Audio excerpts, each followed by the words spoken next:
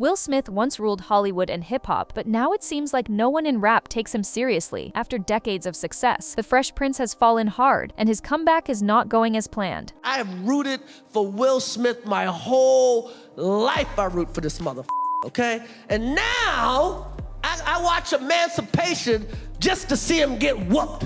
From Grammys and blockbuster movies to public scandals and viral memes, Will's journey shows how fast respect can disappear. Once seen as a clean-cut pioneer, he's now fighting to prove he still belongs in a culture that moved on without him. His latest album was supposed to be a big return, but critics called it forced, even cringe. Fans say Will's trying too hard to sound real after years of being Hollywood's nice guy. But behind the smiles, there's a deeper story. A man torn between fame, pride, and the need for redemption. How did one of the biggest stars in the world lose the respect of the very culture that made him? And can he ever get it back? Stick around, because what happened next explains why the truth hurts more than the fall itself. Before he became a movie icon, Will Smith was just a kid from West Philadelphia with a dream and a rhyme book. In the mid-1980s, he teamed up with DJ Jazzy Jeff, and together they became DJ Jazzy Jeff and the Fresh Prince. Their music wasn't about crime, pain, or the streets. It was about fun, humor, and everyday teenage life. Songs like Girls Ain't Nothing But Trouble and Parents Just Don't Understand made Will a household name. He didn't need to curse or talk tough to sell records, and that made him stand out. Then came a history-making moment. In 1989, Will and Jeff won the very first Grammy Award for Best Rap Performance. It was proof that rap could be mainstream, but not everyone saw it as a win. While groups like NWA and Public Enemy were using rap to speak on real struggles, Will's cheerful lyrics felt too safe for the streets. Some said the Grammys were rewarding the least threatening version of hip-hop, but Will didn't let the criticism stop him. He smiled through it and kept rising. When bad money management nearly ruined him, fate stepped in. NBC offered him a sitcom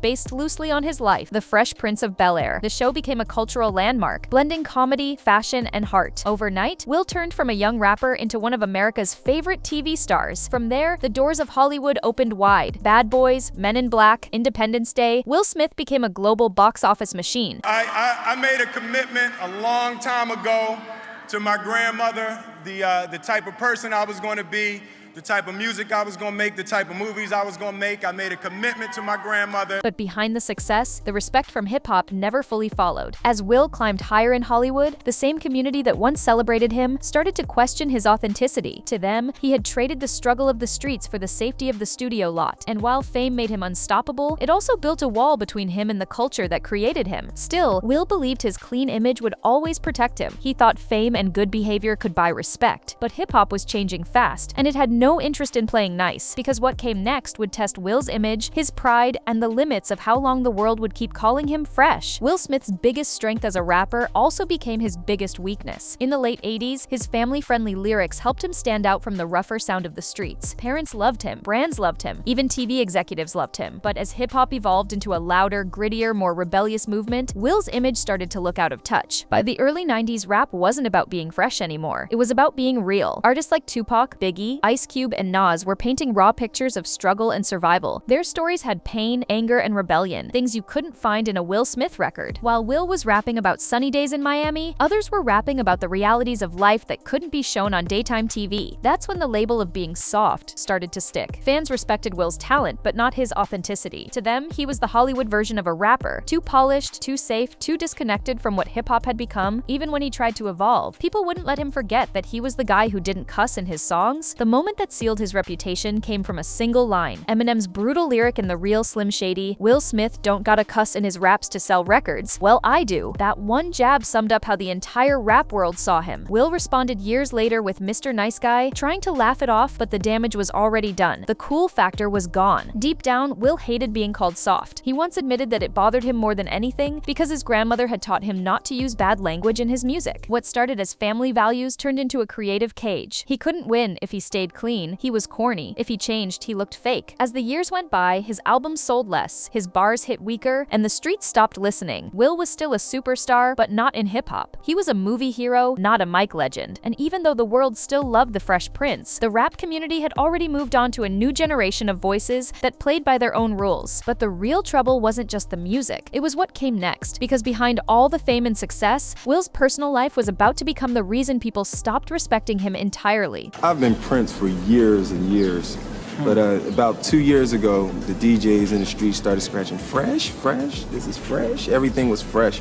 So I added the Fresh Prince onto my name. By the mid-90s, Will Smith had completely reinvented himself. The Fresh Prince was now one of the biggest names in Hollywood. Every movie he touched turned to gold. Bad Boys, Independence Day, Men in Black, and Enemy of the State. He became the guy who could make the whole world laugh, cry, and cheer within a single movie. Studios trusted him, families adored him, and his smile became his brand. Will Smith was no longer just a rapper. He was a global superstar. But while Hollywood crowned him its golden boy, hip-hop quietly turned its back. To many rappers, Will had gone Hollywood. Too rich, too polished, and too disconnected from the culture that raised him. His clean image made him a safe choice for TV and movie executives, but it also made him an outsider in a genre that prized grit and truth. While Tupac was writing about injustice and survival, Will was dancing with aliens in Men in Black. It wasn't hate, it was disbelief. How could someone so successful still claim to be hip-hop when everything about him screamed corporate? Will tried to keep one foot in music, releasing hits like Getting Jiggy With It and Miami. The songs were catchy, fun, and family-friendly, perfect for radio, but they didn't hit the soul of the streets. They were soundtracks for parties, not protests. For rappers who built their careers off authenticity, Will's music felt like a Hollywood product, not real expression. Even his success became a problem. The more famous he got, the harder it was to relate to him. He wasn't struggling anymore. He was flying private jets and living in mansions. That distance made it impossible for fans to see him as part of the same world they came from. Will had become the face of safe success, the man you show your kids, not the man you quote in a freestyle. Ironically, the thing that made Will unstoppable in Hollywood, his clean image, made him invisible in hip-hop. He was too famous to fail, yet too polished to feel authentic. And even though he stayed humble publicly, deep down, the lack of respect hurt him. He'd achieved everything: fame, money, and awards, but not the one thing every rapper craves: respect from their peers. Still, Will believed he could win them over. But the industry had changed, and the next rapper who came for him would do something no one else dared: challenge his legacy with a single brutal line. And that's when the world met Slim Shady. By the late 90s, a new storm was forming in hip-hop, and its name was Eminem. Raw, rebellious, and unfiltered, Slim Shady was everything Will Smith wasn't. He cursed, he mocked celebrities, and he made chaos sound poetic. His lyrics were wild, his delivery sharp, and his attitude pure defiance. While Will built his image around being the good guy, Eminem built his career on being the villain, and hip-hop loved it. When The Real Slim Shady dropped in 2000, one lyric flipped the tables on Will's entire reputation. Will Smith don't gotta cuss in his raps to sell records. Well, I do. It was short, brutal, and unforgettable. In a single line, Eminem made Will the symbol of everything soft about mainstream rap. Fans laughed, other rappers nodded, and suddenly Will's clean image, once seen as honorable, became a joke. Will tried to respond without sinking to Slim's level. In 2005, he dropped Mr. Nice Guy, where he bragged about out-earning his critics and staying classy. But instead of silencing the noise, it only confirmed what everyone thought: that Will was too polished to ever truly clap back. Eminem had already won the cultural war by doing what Will couldn't, saying whatever he wanted, no matter the fallout. What hurt most wasn't the lyric itself, it was how the world agreed with it. Even longtime fans began to see Will as outdated. In a genre built on rebellion, his politeness started to look like weakness. He had all the fame in the world, but none of the street credibility that once defined hip-hop greatness. In later interviews, Will admitted that being labeled soft haunted him. He said it started when his grandmother found his first rap notebook and wrote a message telling him not to use bad language. That one moment shaped his entire career. It made him a superstar, but it also built a wall between him and the culture he loved most. And that frustration followed him for years. Even as he broke box office records, he couldn't escape the feeling that he wasn't real enough. But the criticism didn't stop there, because just when Will thought the rap world couldn't humiliate him more, his personal life and his marriage became the world's favorite topic. And what came next would make the Eminem feud look like child's play. For years, Will Smith and Jada Pinkett looked like Hollywood's power couple, two stars at the top of their game, built on love, fame, and family. But behind the picture-perfect smiles, there was tension that went back decades. I actually sat down with Will and had a conversation.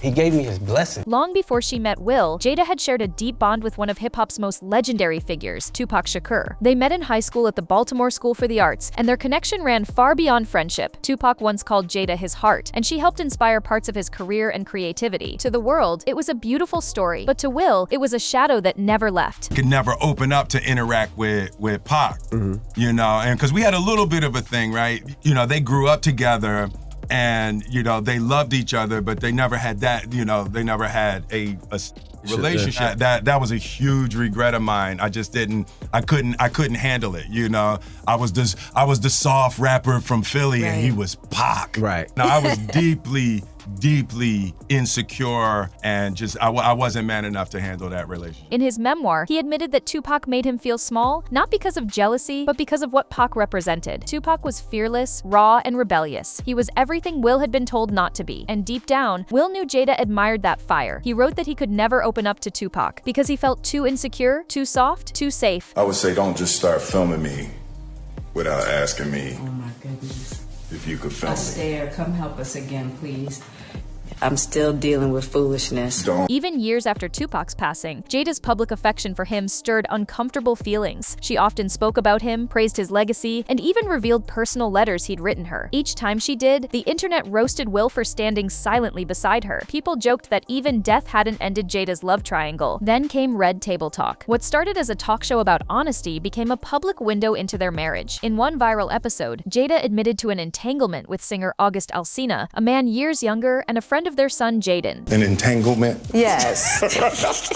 Yes. A relationship? Yes, it was a relationship, absolutely. The internet went wild. The word entanglement became a meme overnight. August even released a song about it. Adding insult to injury, Will sat across from Jada on live camera, trying to stay calm as the world watched his personal pain unfold. His face tired, forced smile, watery eyes became a meme that said more than any words could. For many fans, that moment erased what little cool he had left. It wasn't just embarrassment, it was emotional exposure at the highest level. Critics and fellow entertainers said Jada's openness felt less like honesty and more like humiliation. Even rappers joked that the Fresh Prince had become the sad king. It seemed like every confession Jada made chipped away at Will's image, the strong, confident man who once ruled Hollywood. And just when it seemed like the couple couldn't face more scrutiny, one shocking night in 2022 would turn their private pain into the most public breakdown of Will Smith's entire career and change how the world saw him forever. March 27, 2022, a night that was supposed to celebrate Will Smith's comeback turned into the moment that nearly ended his career. The Oscars had always been Will's stage to shine, but this time, it became a stage for chaos. Jada, I love you. G.I. Jane 2, can't wait to see it. All right?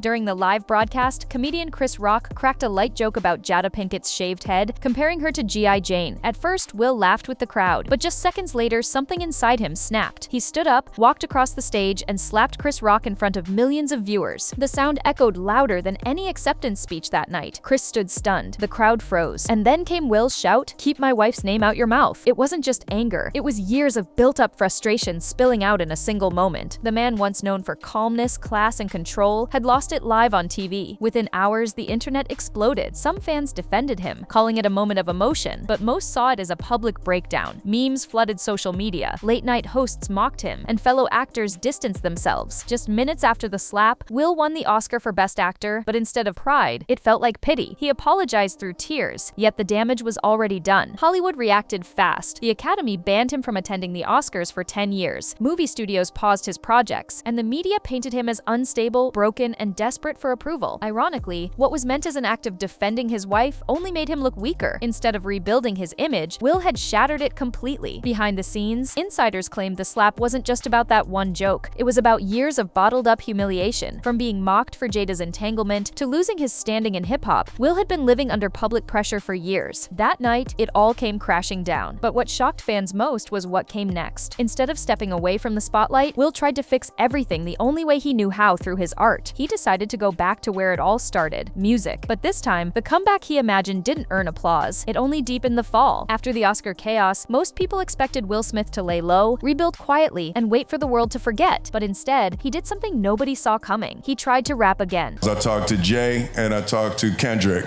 and I was like, hey, I wanna get back in music. What's the advice? In early 2024, Will announced Based on a True Story, his first album in over 2 decades. The idea sounded bold. He promised raw honesty, real emotion, and lyrics about pain and redemption. It was supposed to be his comeback, the moment he reclaimed respect in hip-hop. But what actually happened couldn't have gone worse. Will told fans that this new album would be different from his old feel-good music. He said it was his most personal project ever. He even claimed to have sought advice from 2 of rap's biggest names, Jay-Z and Kendrick Lamar. Jay said, don't fake your story. You gotta say what's true for you. Be true to your story. Tell your story. And that's where I got the Based on a True Story from Jay. And Kendrick, he paused, he said, man, just say that you always been f***ing scared to say.